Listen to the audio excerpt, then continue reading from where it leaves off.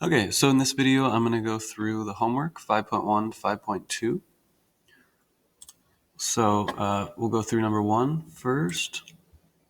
So in order to get A and B, which should be the same angle, because this is an isosceles triangle, these two angles should be the same. So we do 180 minus 26, and we get 154, but then we divide that by 2. And so each of these angles should be 77.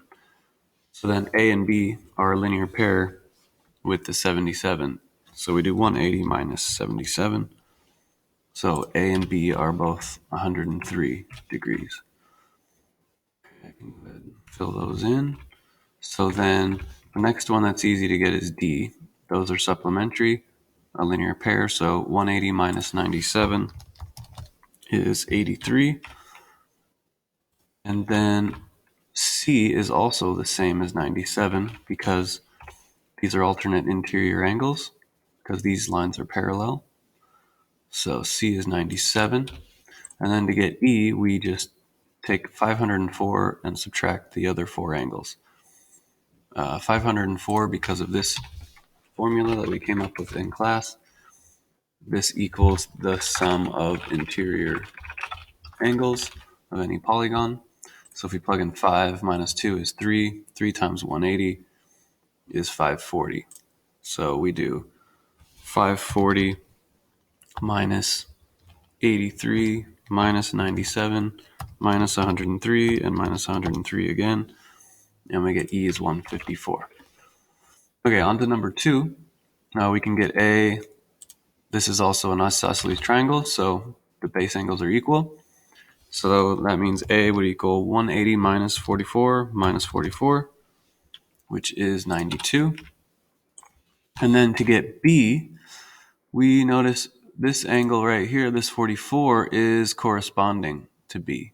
So B is also 44. That's because this line is parallel to this line, and this line is parallel to this one. So 44 degrees lines up with B. So then we might as well fill in this missing angle here. 180 minus 44 minus 85 is 51. So then we can try to get C now by using all these vertical angles. 85, that means this one's 85. If this one's 44, then this one is 44. And now we do 180 minus 85 minus 44. We just did that. This one is 51, same as this one. So C is 51, C is 44. And now we can fill in other vertical angles we know. This one's 44, and this one's 51. Those are going to be helpful. The next kind of tricky part is to notice another corresponding angle, and that is this 44 corresponds to this angle. This one's also 44 because, again, the parallel lines that they've shown us. So this 44 corresponds to this 44, which means this angle must be 92. And then this angle is a vertical angle. That's 92. Okay, so now we can try to get, let's see, what can we get? D and E and F are still missing. So in order to get E, we have to notice this triangle right here. We know the angle B and the angle A. So to get E, all we have to do is 180 minus 44 and minus 92. So E would also be 44. Then we can get this angle here. 180 minus 44 minus 92 is 44. And then that means this angle is 44 because those are vertical. And now we can get D by doing 180 minus 51 minus 44. So D is 85.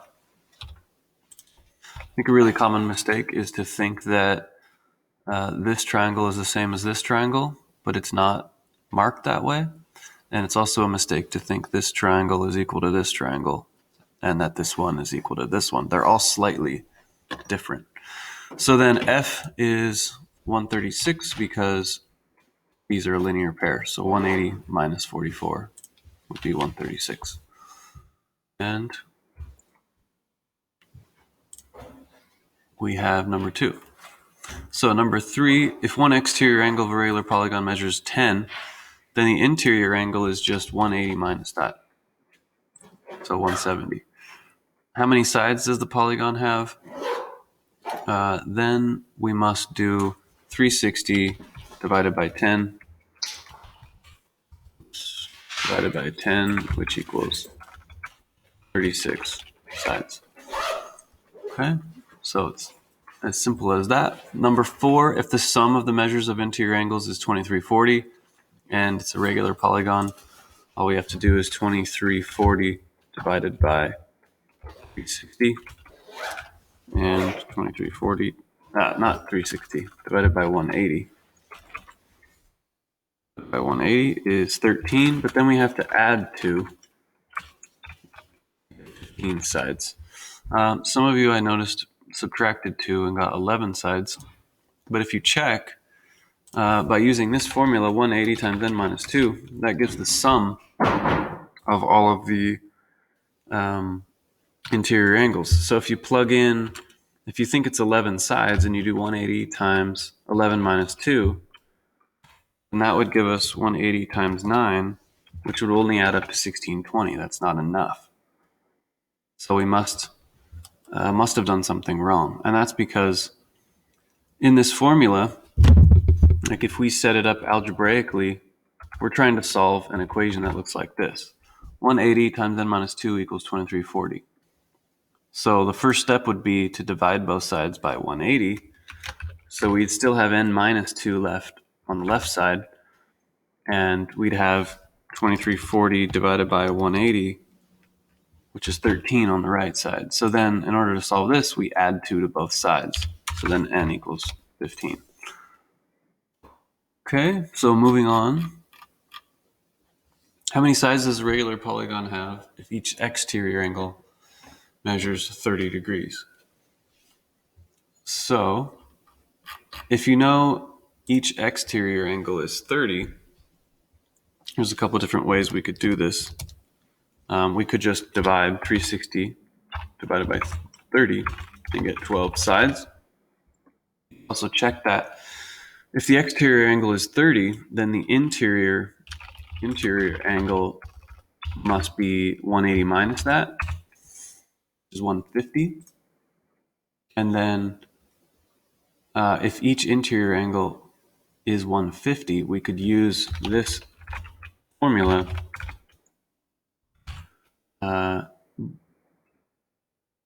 but then make it 150 times n. Because if the interior angles are 150, we would have divided this by n. So we can multiply both sides by n to get it over here. And now we could distribute 180n minus 360 equals 150n. And then subtract 180n on both sides, and we have negative 360 equals 150 minus 180 is negative 30n. And then divide both sides by negative 30. So that's exactly what we did in the first place. 360 divided by 30 is 12, which is why this is a shortcut. So if you know the exterior angle, all you have to do is divide. Sorry about that. Okay, number 2. How many sides does a polygon have if the sum of the measures of the interior angles is 3960? So if it's interior angles, we can't use the 360. Then we have to divide by 180. So 3960 divided by 180 is 22, but then we have to add 2. So this has 24 sides. And you could check it by using the formula. 180 times n minus 2. Plug in 24. So you get 180 times 22, and just make sure that that equals what we were given. So it does, so we did it right. 24 sides. Number 3, if the sum of the measures of the interior angles equals the sum of the measures of its exterior angles, how many sides does it have? Well, there's only one case where this could be true. If the sum of the measures of the interior angles equals the sum of its exterior angles, which one is true? You kind of have to just go through all the different polygons and realize that a four-sided quadrilateral is the only one where this is true. The sum of the interior angles is 360, and the sum of the exterior angles is always 360. Number 4, if the sum of the interior angles is twice the sum of its exterior angles, how many sides does it have? You could also kind of go through a process of elimination here, or you could do it algebraically and set up an equation. The sum of the measures of the interior angles is 180 times n minus 2, and we're saying that that equals twice, so that's 2 times the sum of the exterior angles. The sum of the exterior angles is always 360. So we could solve this equation. So 2 times 360 is 720. So I have 180 times n minus 2 equals 720, which would be a hexagon. And then to solve this equation, you could divide both sides by 180 first and get n minus 2 equals 4. So that means n equals 6, which you could have figured out before if you go through just the first few polygons and you realize it has to be a hexagon. So you could also just write your answer as. Okay, we're almost there. On to the fun angle diagrams. So to find A, we just have to do 180 minus 116, which is 64, because that's a linear pair. So that's 64. And to get B, which is on the inside of this 1, 2, 3, 4, 5, 6 hexagon, we're going to have to use this 720 number again. That's the sum of all the angles. So then we're going to have to find this one by doing 180 minus 82, which is 98. And then it says that these three are the same.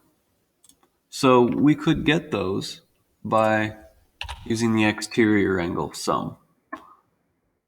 We already have 82, 64, and 90, and there's 3 more. So those should all add up to 360. So we do 90 plus 64 plus 82. 90 plus 64 plus 82 is 236. And then we do 360 minus 236,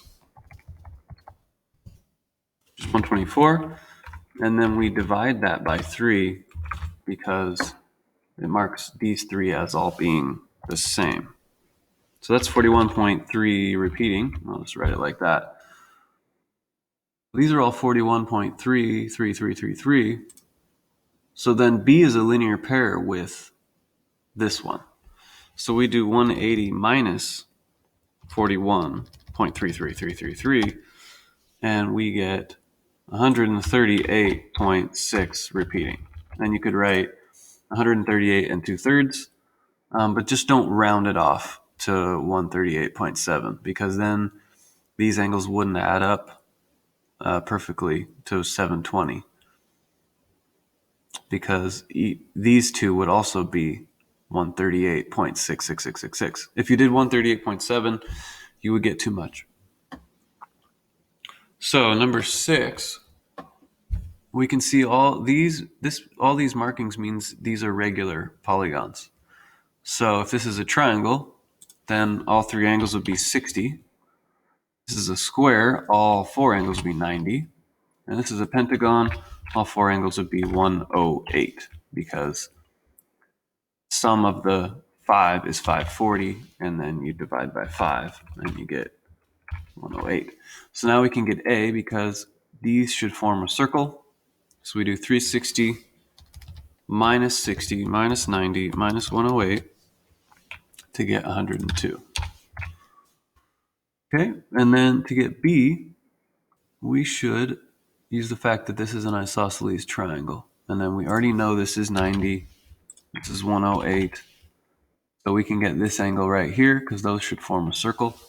360 minus 90 minus 108 is 162. So then these two angles would be the same. So we do 180 minus 162 and divide by 2. So B is 9 degrees. Okay, and then number 7, let's see what we got. So we could get, this one is interesting. How about we go for the exterior angles first? Because I can find this one is 180 minus 82. And this one is 180 minus 134. So now I have all the exterior angles, and these are just in terms of x. So I would know that 46 plus 98 plus x plus 2x plus 3x plus 72 would have to equal 360. And if we find x, which I know it doesn't say to find it, but we're going to have to in order to get A, B, and C, because those are all linear pairs with the x's. So 46 plus 98, 144, and then we combine all the x's and we get 6x. And we still have this plus 72. That equals 360. So then we could subtract the 140 and the 72 onto the other side. So we get 144. And then we divide by 6, and x equals 24. So if this is 24, then A is 180 minus that, which is 156. And if x is 24, then 2x would be 48. So 180 minus 48 is 132.